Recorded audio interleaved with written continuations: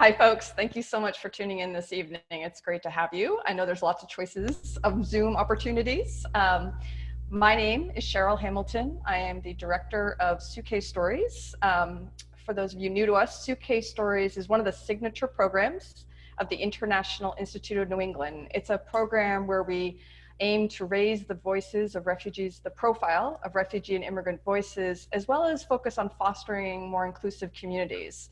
We have live events, we do workshops and training, and we've most recently started these new webinars and invited some of our former Suitcase sellers to join. The International Institute of New England is a nonprofit organization that welcomes and assists almost 2,500 clients each year. We provide refugee resettlement, English instruction, employment services, legal services, and then again, we amplify the voices through Suitcase Stories. And we are based in Greater Boston, as well as Lowell and Manchester, New Hampshire. For today's conversation, we are really excited to be joined by a longtime advocate of refugees and immigrants and our newest suitcase teller, Yusufi Vali. Hi, Yusufi. Hey, Cheryl. Happy to be here with you. Thanks so much for having me here. No problem. And I should say thank you so much for the work that IENE has been doing and is doing during this time. It's just so important. And I know Jeff and I were talking that that you guys are taking a pretty big role in just supporting, particularly our refugees. And we were really excited that you got a grant from the Resiliency Fund as well. So. I was just going to say, Yusufi, for those of you who are less familiar, he is the director of immigrant advancement at the City of Boston. And so we have a close relationship with the Boston, and between his office, ours, and all the other immigrant organizations, everyone's very active right now. Jeff Thielman is our executive director. And I was going to say thank you. The City of Boston gave us a $20,000 grant in response to helping to respond to the pandemic. And I know some of those funds have already been spent immediately on cards for people to go purchase food. Many of our clients have been laid off because of their jobs, or they were just starting to resettle. And so we really, really appreciate that. So thank you. I will say the voice you heard as you were entering is my colleague, Kate O'Neill, our managing director. She's going to be fielding questions that you can fill in at the bottom of your screen. If you have questions of something we've said, or you have a question for Yusufi, either about storytelling or the response right now relative to COVID-19, shoot those over to us and we'll try to get through as many as possible over the next half hour. But I want to start with how we connected, which is through storytelling. You bravely agreed to join Suitcase Stories recently, and you first performed at the Somerville Theater in January. Some people didn't get to see you at that show. Could you briefly describe what story you told and a little bit about your background? Yeah, so the story I told was basically about my family and I moving to Kansas City, Missouri. So we moved from India to Kansas City, and shared a little bit about what it was growing up like in Kansas City, and particularly how, as when I was young, I felt I had this need to hide parts of my immigrant identity. So it kind of goes through that, has a couple of vignettes around that, and then it goes into my faith identity. So from Kansas City, I went to school at Princeton, and the first year I was there, 9/11 happened. And so, already I was kind of hiding parts of my immigrant identity, but now kind of my faith had come into question. And so I began to hide that in particular ways and kind of talk about that. And then about 4 or 5 years later, after that, I graduated from college, was in London for a couple of years, and then moved to Boston. And then I really began to talk about how in Boston, that transition begins to happen from where, as opposed to hiding, I'm beginning to be a lot more courageous in being who I am. And I talk a little bit about the impact that some folks in Boston made. And so it's really a story about, identity, and in some sense, beginning to find the courage to show it, and yeah, I invite everyone to go and listen to it. We'll make sure they have the link at the end. Yusufi, you, given your role at the city, given your position as executive director for the Boston Islamic Society Cultural Center, you do a lot of speeches. Was this your first foray into storytelling, and how was it different for you? Yeah, I wouldn't say it was my first foray into storytelling because I was a community organizer for 3.5 years with the Greater Boston Interfaith Organization, and the core tenet in organizing is that it's all about stories. It's about your story, other stories. That's how you build relationships, right?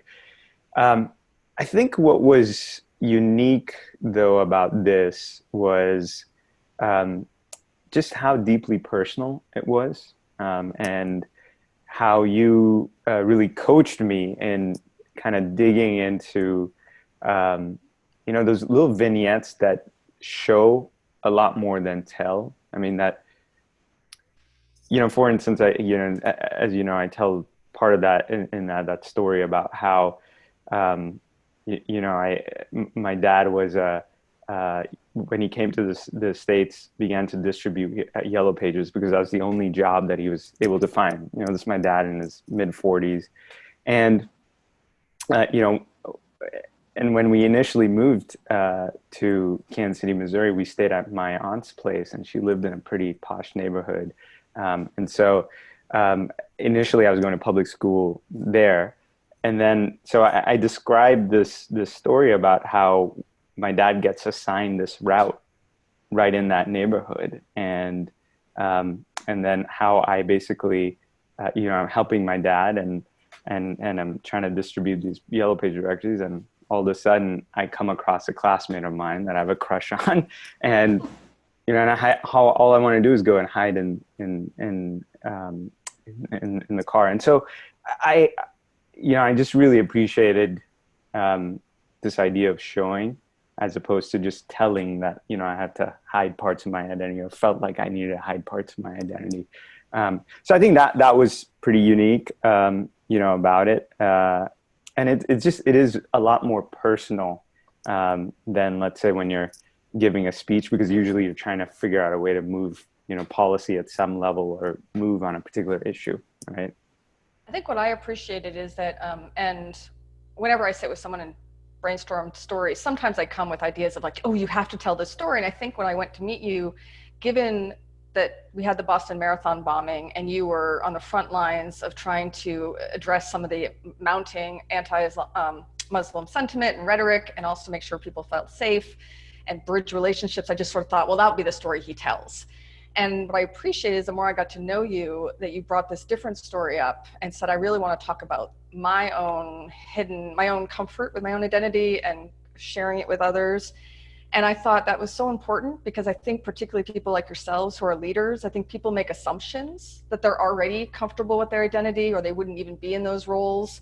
But you were acknowledging you were in a very public leadership role and still wrestling with it. So I think for me, that was what's really impactful about your piece. Um, I know no, you're.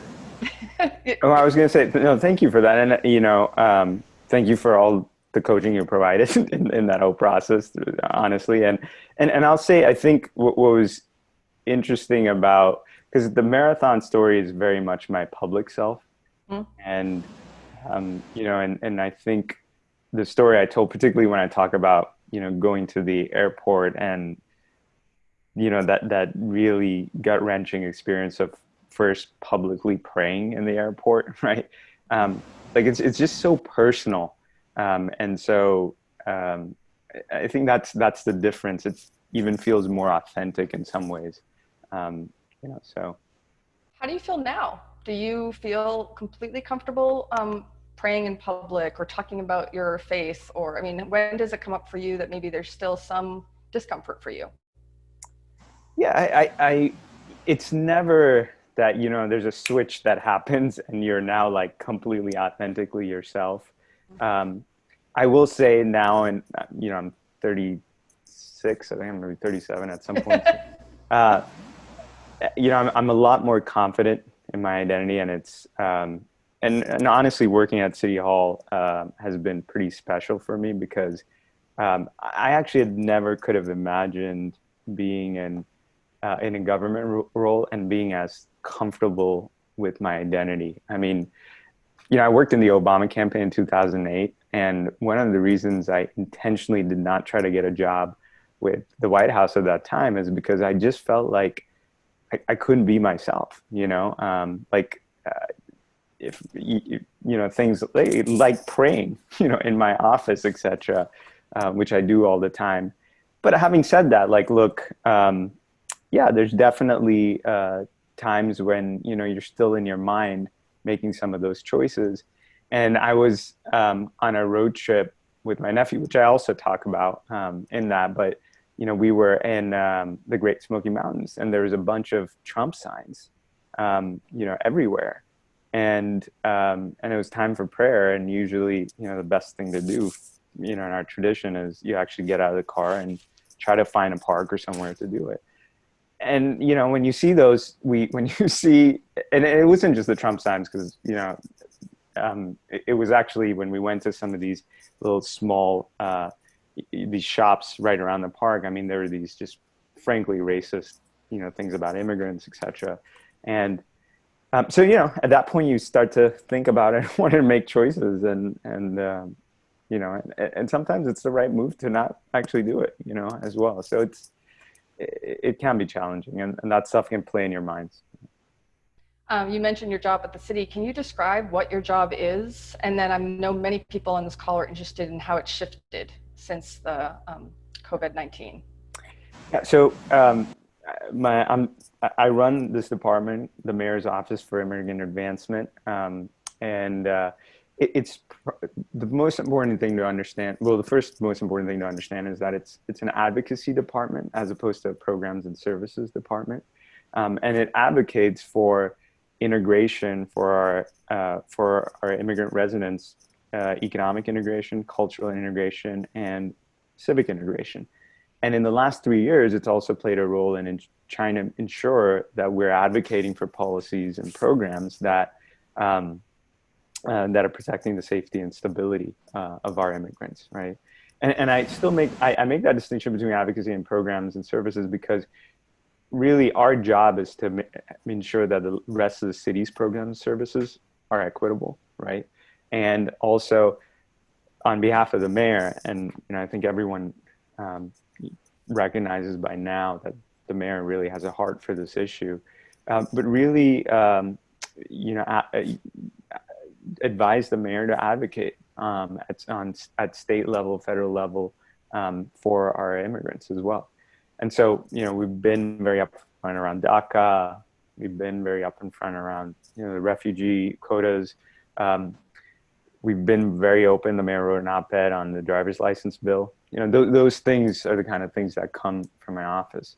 So that was before. I still hope we're going to continue, those pieces for sure. But now, right now, the real focus has been first and foremost to make sure we know the needs of our immigrant residents. Boston has very diverse immigrant communities. So week one into the crisis, my team began to have one-on-one conversations with our immigrant nonprofit partners. And we also then did a collective meeting just to understand the needs. And then really beginning to organize a lot of the resources around it. So it's a lot more blocking and tackling right now. Like, for instance, food. The city is distributing anywhere between 15 to 20,000 meals a day, and that's growing by the day, right? How are we ensuring that it's actually getting to our immigrant populations, right? So it's a very blocking and tackling thing. Do we need to figure out a new site, etc.? So I'd say identify needs, align the resources, and then the third piece is just ensure equity, in how we're acting as a city, and the mayor is completely on board. I mean, a good example of that is language access, right? In the midst of this crisis, we expanded our tech service, made sure we had 10 different languages on our website, right? So that's a little bit of where it's gone, and I'm happy to share more about the needs that I'm seeing whenever you think is right, Cheryl.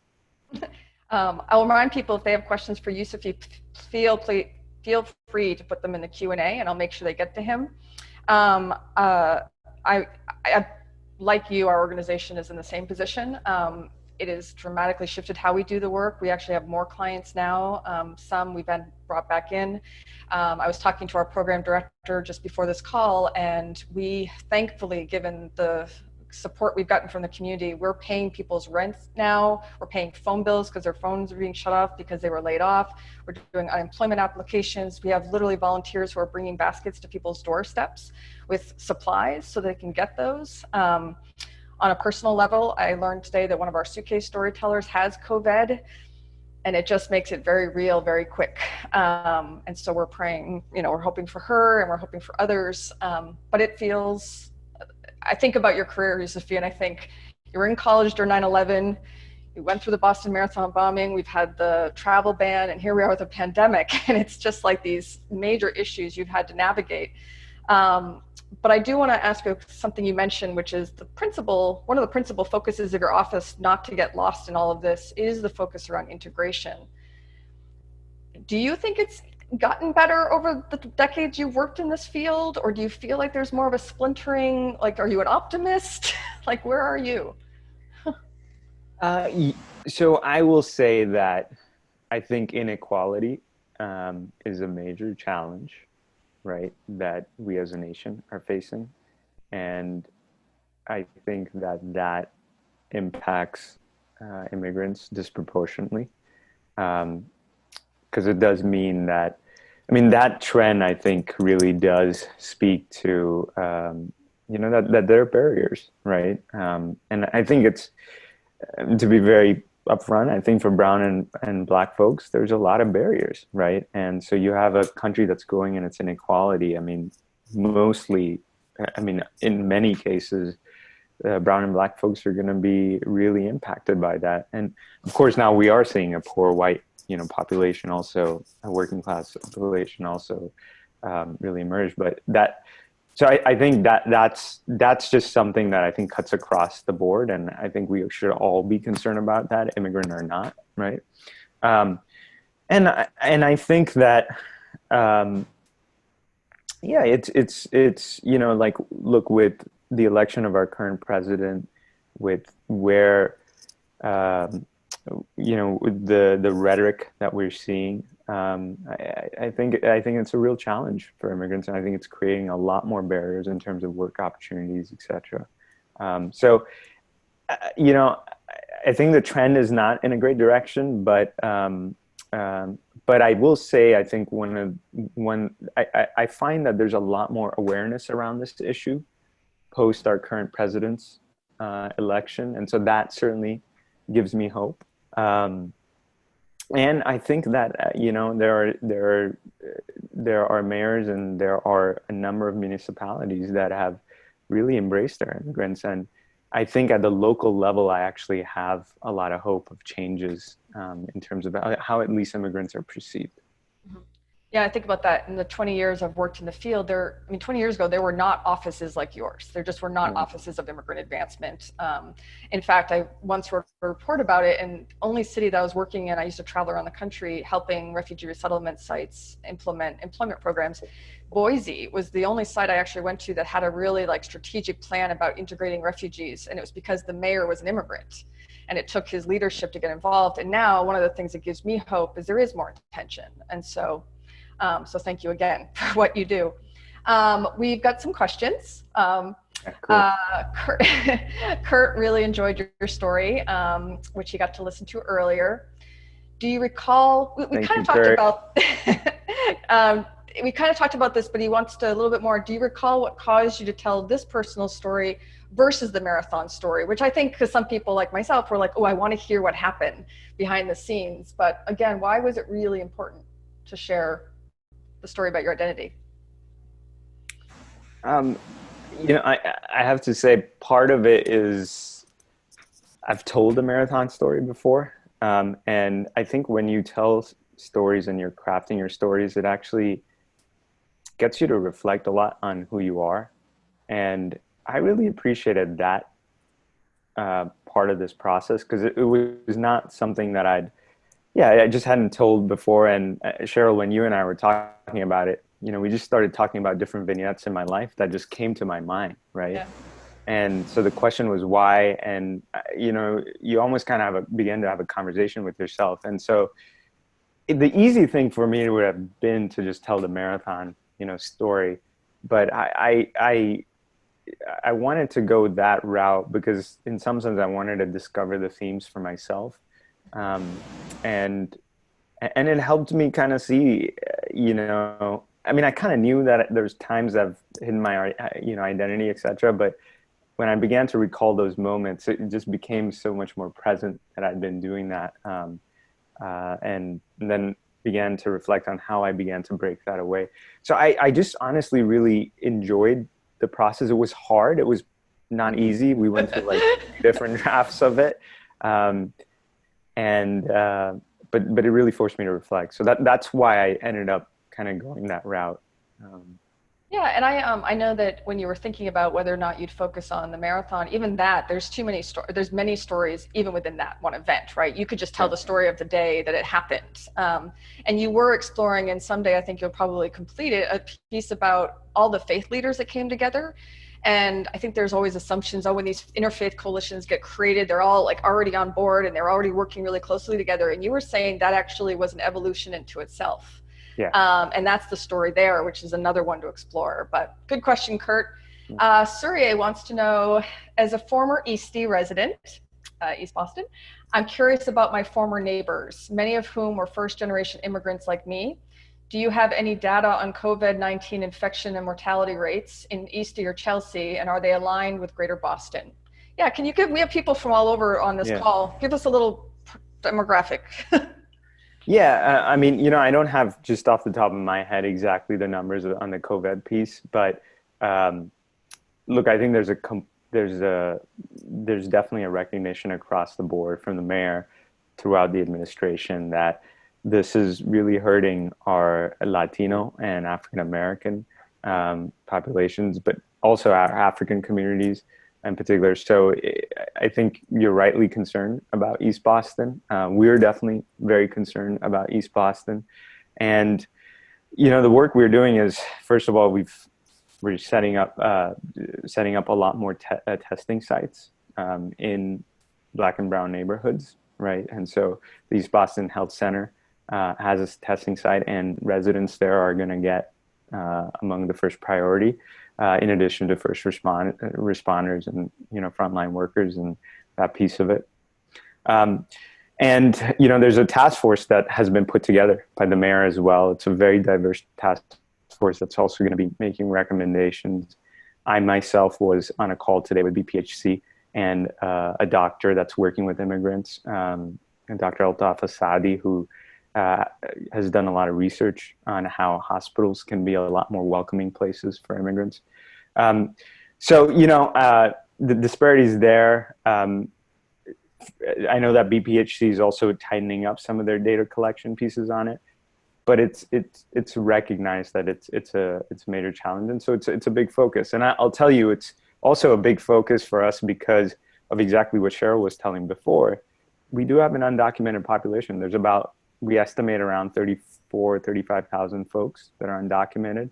And that's not counting folks that are documented, but then don't have still access to unemployment assistance, right? So we've set up more food sites in East Boston. I mean, there's, I think, 7 meal sites, but in addition to that, we're also delivering groceries to particular immigrant nonprofits and churches there.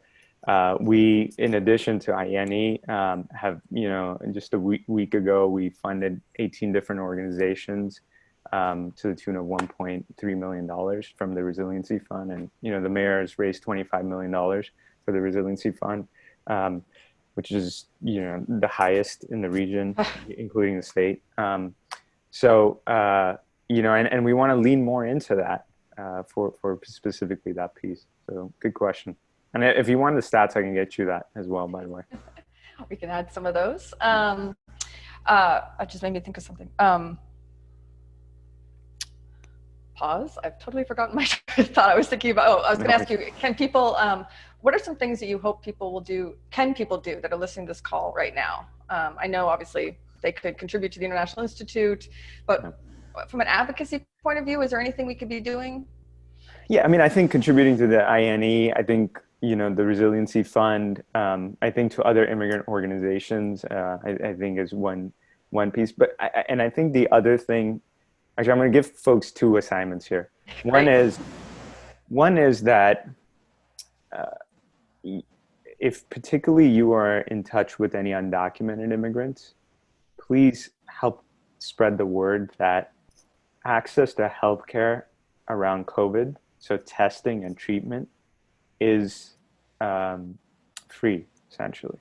And, we need to make sure that our undocumented immigrants and low income immigrants that may not trust the healthcare system get, and there's good reasons for that, but do get tested. It's really important for their health and their families' health. Often immigrants are living in big numbers in homes. And it's really important for public health, right? Because we need people to stay in their home. And so I'll just tell you if you can just please help get the word out to folks and if you have that personal relationship, I think that's really, a great with community. So that's one thing. I'll say. I think the second thing is unemployment assistance. That system can be very daunting for folks. And so please encourage people to apply, persevere through it. Greater Boston Legal Services is helping folks. I know the Lawyers for Civil Rights is also helping folks. Reach out to my office if people don't feel like they're getting the help, but just really help them apply, because I think that's really important as well. I had a third thing I'm forgetting, but I'm sure I'm going to remember it and I'll come back to it. So. It's okay. We're all on Zoom all day long. We have a few more minutes left. And I'll echo that. We are helping with unemployment applications. Oh, great. It's also, and you brought up something early on, it's not like all the other issues that immigrants are dealing with have been, put aside. I mean, we're really trying to remind people for legal services right now, like, don't delay, be in touch with us. We can do applications for green cards and citizenship while this is continuing, in some ways even more critical, right? As issues around IDs come up. So it is good to remember that as well. So again, I thought about my other thing. Great. What is it? Look, I mean, to the extent that you can do some advocacy at the state level to ensure that the eviction bill, passes, as well as there's a similar kind of mortgage freeze that the mayor has voluntarily gotten banks to do here locally in the city of Boston. The mayor's also, put out a 90-day eviction notice, but it would be great if that passed at the state level, because it would even have more teeth.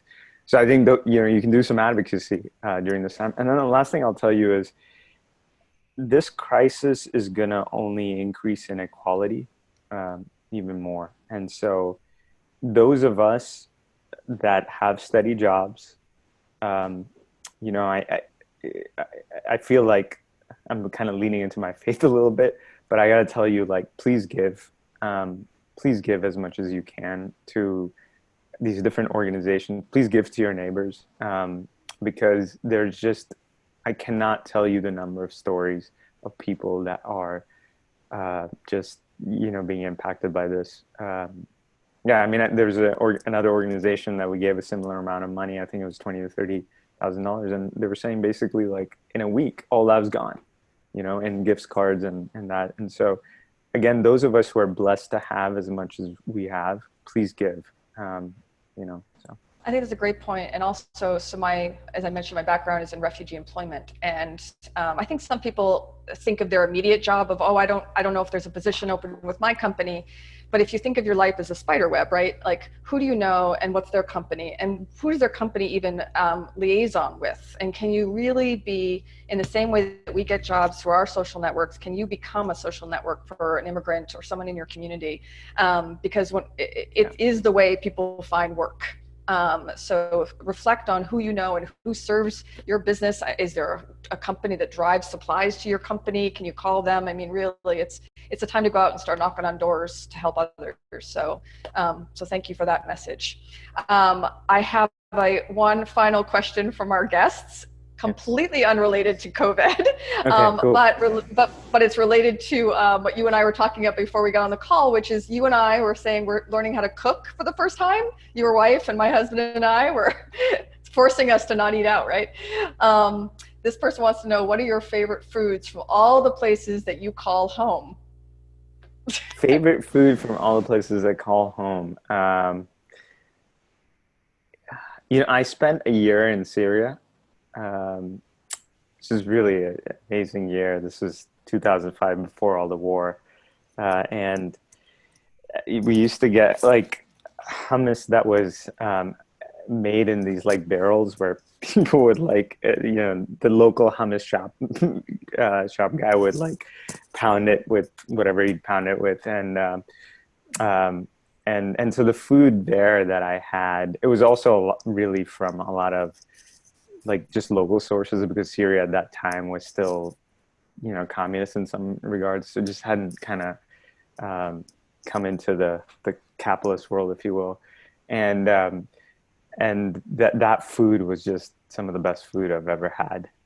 So I'll say I enjoy that, but really I enjoy all foods. British food, not so much. I was in the UK for 2 years, and but their national dish now is chicken tikka masala. So I was gonna say I lived there too, and that was all I ate was Indian and Pakistani food. Well, great question. It's actually a perfect transition because after our next Wednesday night, our special guest for our conversations is Nano Reis, who is from Syria. She is a singer and a graduate of Berklee College of Music, the first Syrian to attend Berklee.